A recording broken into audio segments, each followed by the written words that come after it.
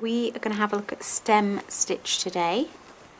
Very useful for outlining things or for doing lettering. It's quite useful for going around curves and things. So you come up and you go down to do a normal stitch. But before you pull all the way through, you're going to come up halfway through. And I usually keep the loop on the bottom, but you can keep it on the top as long as you are consistent in whether it stays at the top or the bottom. I'm going to go again, down, make a loop, come up at the end of your first stitch and pull through. We are going to make a bit of a curve here to see how it works.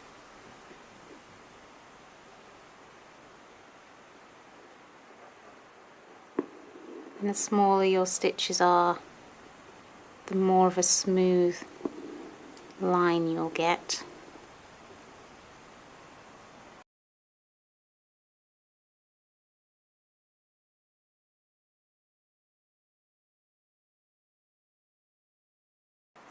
Gives a slight twisted effect. It's a nice alternative to backstitch because it does cover up the holes.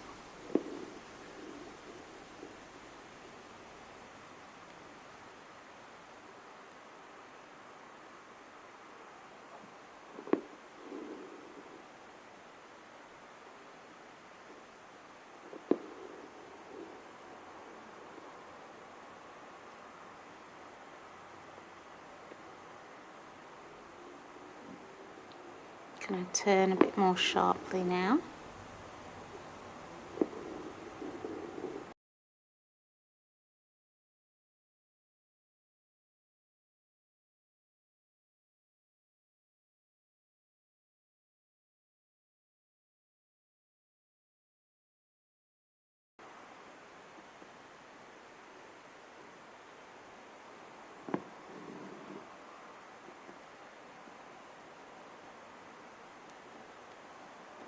I usually hold the loop down, but I'm holding the hoop at the moment, so I can't do that.